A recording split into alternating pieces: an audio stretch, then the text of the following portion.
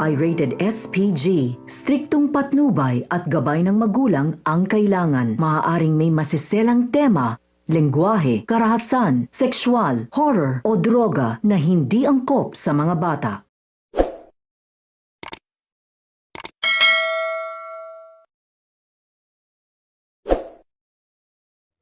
Narito ang ating abangan mamaya sa Born to Shine. Naisip ni Jenny na Bangus Girl ang ipapangalan nila sa kanilang grupo at sang-ayon naman ang kanyang mga kaibigan. Araw na nga ng performance na Jenny, tinanong siya ng mga kaibigan kung darating ba ang kanyang mga magulang. Sumagot ito na baka na traffic lang. Sigurado umano siya na papunta na ang mga ito. Samantala, inaresto ng mga pulis si Menchie dahil nag-aain ng reklamo ang kanyang mga kasamaan sa impukan at may ebidensya umano sila laban sa kanya. Magkakalabuan naman ang relasyon ni Nate at Kelly at mukhang maghihiwalay na sila.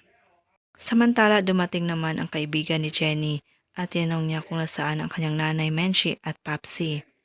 Malalaman ni Jenny na nakakulong ang kanyang nanay Menchie. Magsisimula na nga ang Camp Management Showcase program, subalit gusto ni Jenny na puntahan ang kanyang nanay.